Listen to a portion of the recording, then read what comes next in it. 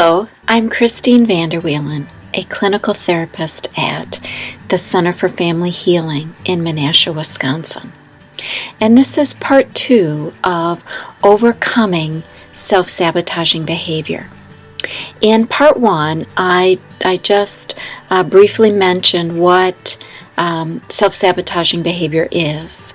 Self-sabotaging behavior is something that we do that ends up being harmful to us, and it leads us further away from our aspirations, our goals, our desires for our life.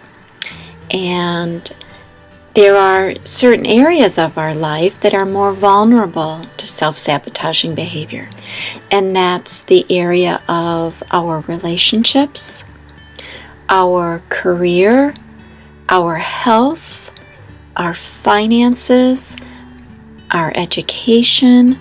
And so in today's healing moment, I'm going to spend just a couple minutes talking about some specific behaviors that can be considered self-sabotaging.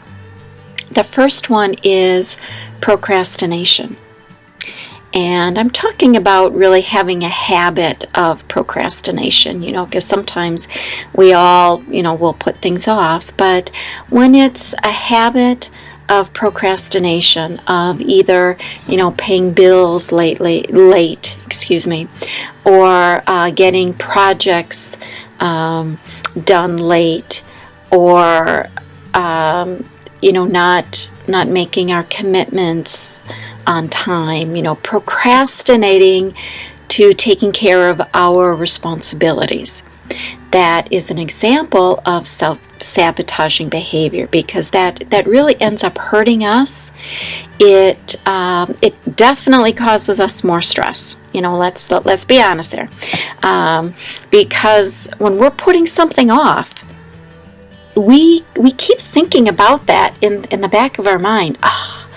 I really need to pay that bill. I really need to pay that bill. Or I really need to get that project done.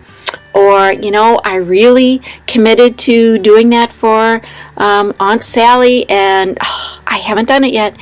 So we end up driving ourselves nuts with that. Is one example of self-sabotaging behavior.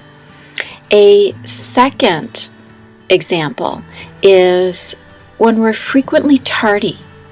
When we are late for our obligations or responsibilities, whether it's work, church, meeting with friends. Now, of course, we're going to be late from time to time. There's construction on the road, or, we had to make an important phone call and finish that before we left, or something comes up, we've got to run something to school because our child forgot it. So there are times when we will be tardy, but when it's frequent, when it's a habit, that can be self-sabotaging, because certainly people have lost jobs over frequent tardiness. People have not been given, opportunities because of frequent tardiness. And so when that becomes an issue, that is a form of self-sabotage. Thank you very much for joining me in this part 2 of overcoming self-sabotaging behavior.